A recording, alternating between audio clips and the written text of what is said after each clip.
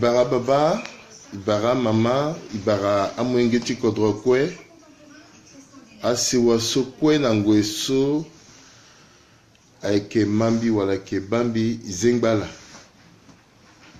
Mbonga balako na oku na pekoti bekombite, laenga, aike langoso ikisara limontie.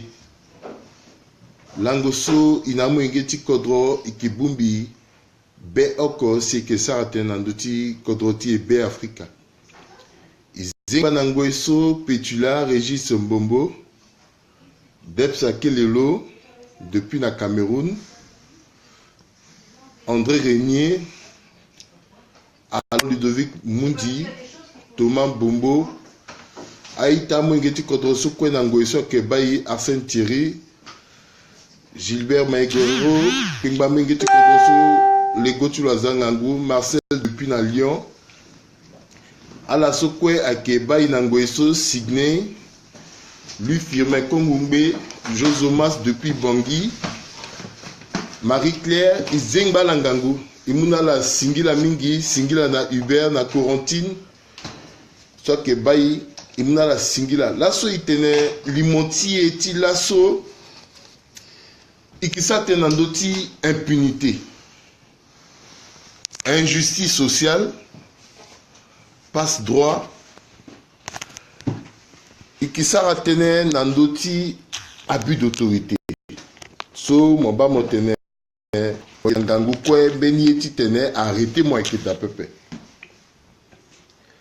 Mais ikisa atene nandote eso kwe ikimumbeni exemple oko soit que kati mapenzi bangatien par rapport na abus d'autorité. Si ndali ni itisa meni mama mazana ba isupe isinamba eti tourge so ina le ke sara émission so iuna na mengeti kodo kweti tene ala denge metala la mainzoni ala mangangwa tene so kwe ikitene ndalti kodro singila na la mingi encore Tiffany Use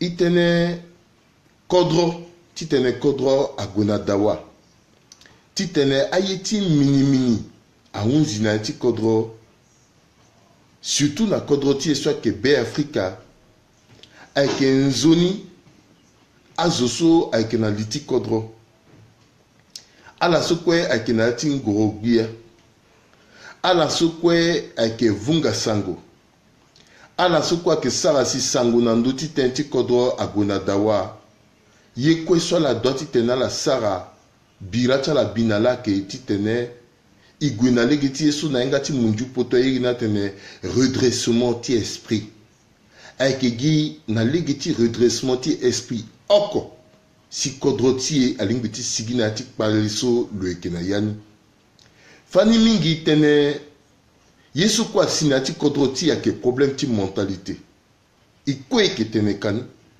mais so inga itena que problème ti mentalité yinga si lingiti tene isara ti tene mentalité so a changé biaku à la soit que vunga sango a que titia la titena la dénoncer ni à la so a que acteur politique a que titene à la corriger ni zo okoko na yati vakatilo na ti makatilo na ti lopango tilo na ti katikati tilo yeso lo doit ti sara lo sara yeso a que titilo tentiso suso okoko a que na ngutilo iso evunga sango i petit substituer teretier na la soit que corriger ni pepe ikivunga gisango ikidénoncer ni mais la soit que charger ti tena la corriger ni à la droite corriger ni ba yeso na ngati munju poto na tena redressement ti esprit seul yeso petit sara si kodroti agona dawa banila isa atenti impunité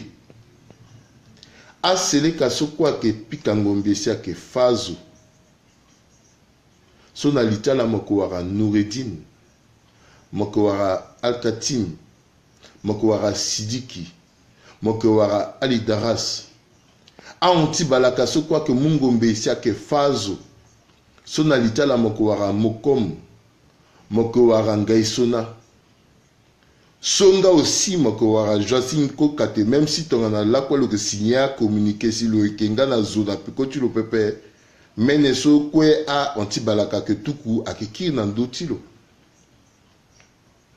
ngombe so binalala ke pika ata nangwe so langba ati ngambu so la ke nani ton na zo azianga na la pepe membeni ngoy akiga so la ke rendre compte na peuple centrafricain tenti soit la petite banati impunité la kwe pepe ata bemba la so bemba qui na devoti mbanga na ces pays akembangati so biri le muyanga na turugu paletilo agana sesti be Afrika afazo na so zotilo afazo la so tenikwe akiri na ndotilo impunité na yati kodrotier la wa ak rendre justice na mulengeti kodro wala moke occupé poste nangweso na yati kodro même biati kodro même à membre du gouvernement même à zosokwe ake na a responsabilité na yati kodro tie ata ton na tententi obligation ti résultat nangweso que ça atene pepe mais fadembeni ngoya ki gande so kodro ake unda na zo koko poste so bi mo occupé kwa so bi mo kenanite mosa na yati kodro nyela mosara si kodro agona dawa. Est-ce que Mossa a ti mon allegeni? Est-ce que Mossa na legeni pepe? Akunda ande na zokoko beti goti lo titene kodro agona dawa. Azo ke mingi na ti kodro ti eso afazo asarambana na itazo ayingala bien akebala ala ke tambla na beti letazo la kwa la linda kanga pepe. Impunité ici na kodro ti na peko. Mais aussi injustice sociale dont ils sont bitene nani. Moinga bien que pakaraso le limbi pepe momulo parce que le que zotimo parce que le que sewatimo momuna le poste de responsabilité tite le sara kwati kodro ataso moinga motene balu eke na capacité ni pepe mengbangati so le que sewatimo momuna le poste de responsabilité titene le warangiza le occupé na sewatilo pendant ce temps kwani so mo confie na le capable tisarani kodro avec qui na peko à la soit que nangangu ti sara kwa ana wara kwa ti sara ni pepe mais à la soit petit sara pepe à la si akina kwa ti sara ngoni mais ni tapanenya aketi so akenduru imu meni exemple soit que banal lani gendoso itsara tene izukwa londo a de Congo tene amu 200 personnes 200 militaires à tokani na CCT Rwanda na niveau ti bongia tene yi aketenti wataka à la zone de Tikban d'intéressé, il faut l'arrêter à Veneta, la zone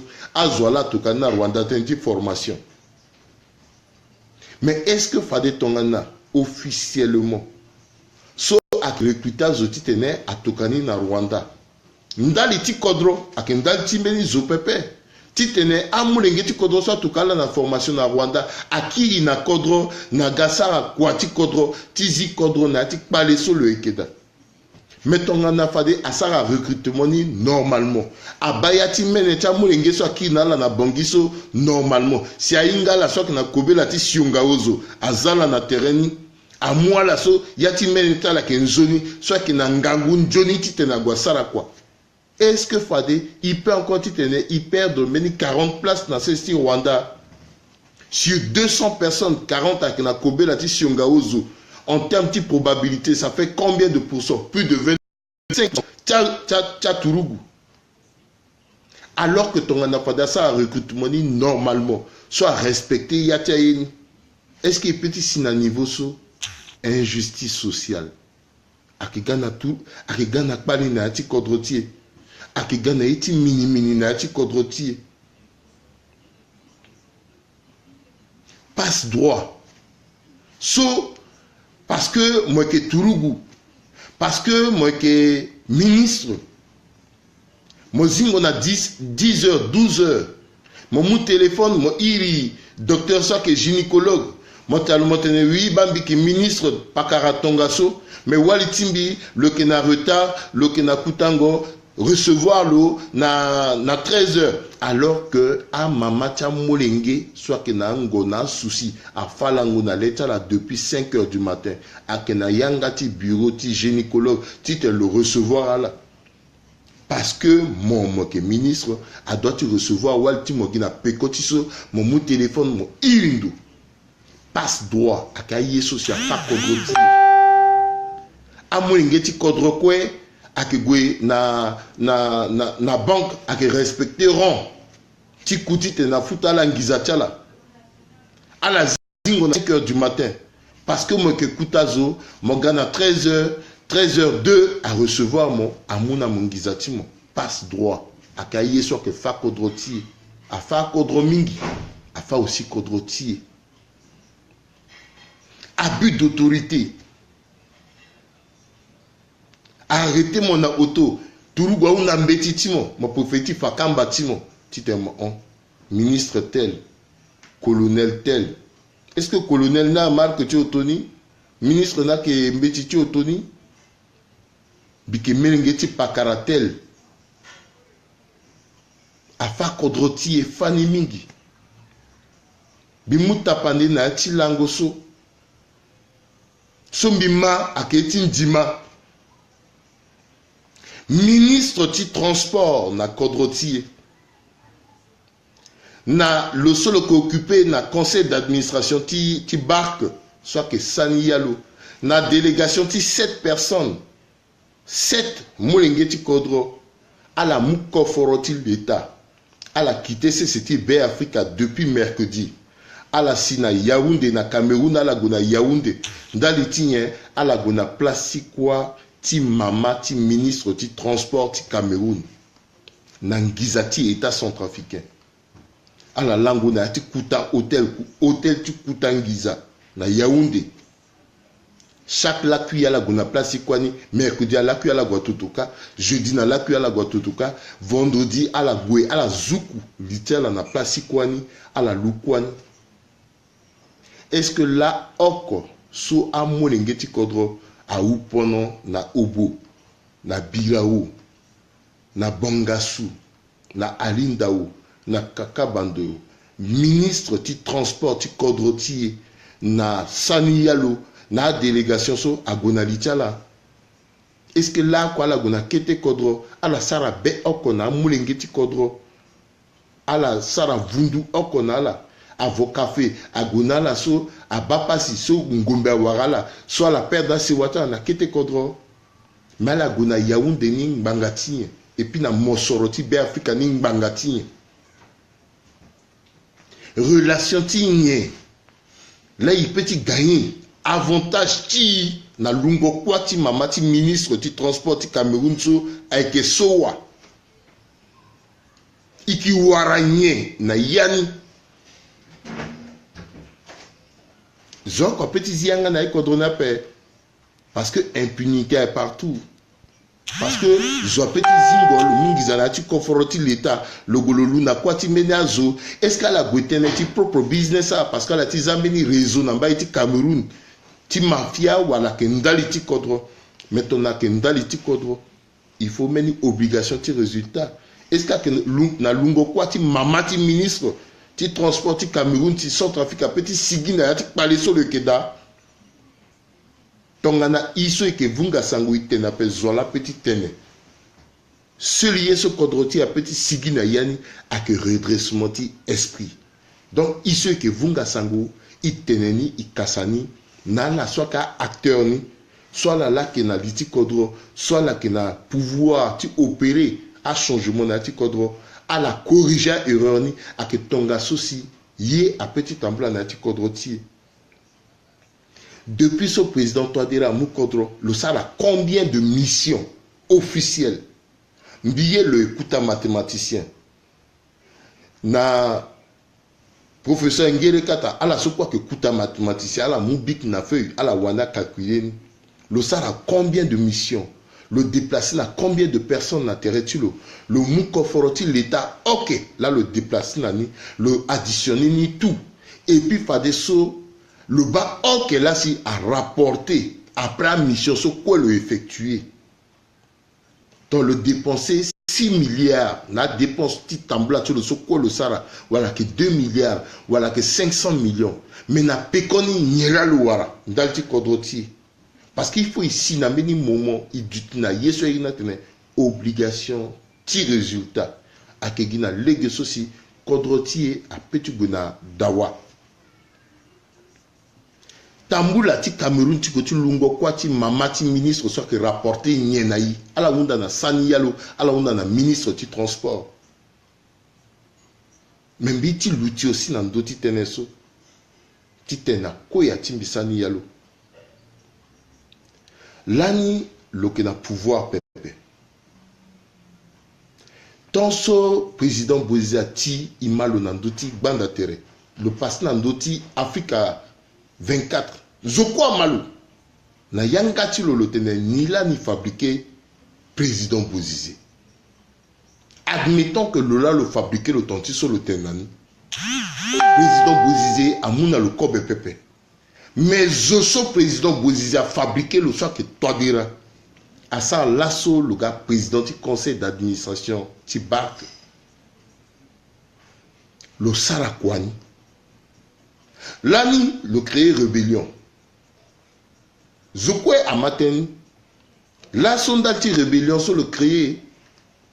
Hassan akna datikanga na Cameroun. Le que là so PCA. Quoi tu le type PCA na qui tite le golo lukwata ministre na Cameroun, na Nigeria, quoi tu mamata zo, quoi tu PCA ni là. Et puis par des kikereke asile le PCA na ouais, le qui a le créé meni rébellion. Il faut être sérieux na yati yesu ikisara. Bitena ministre Joussou. Les gars bouba mingi na ti kodro. Kete kodro les gars bouba mingi a pont ke da pepe. Là ko sumo ke ministre là ko momo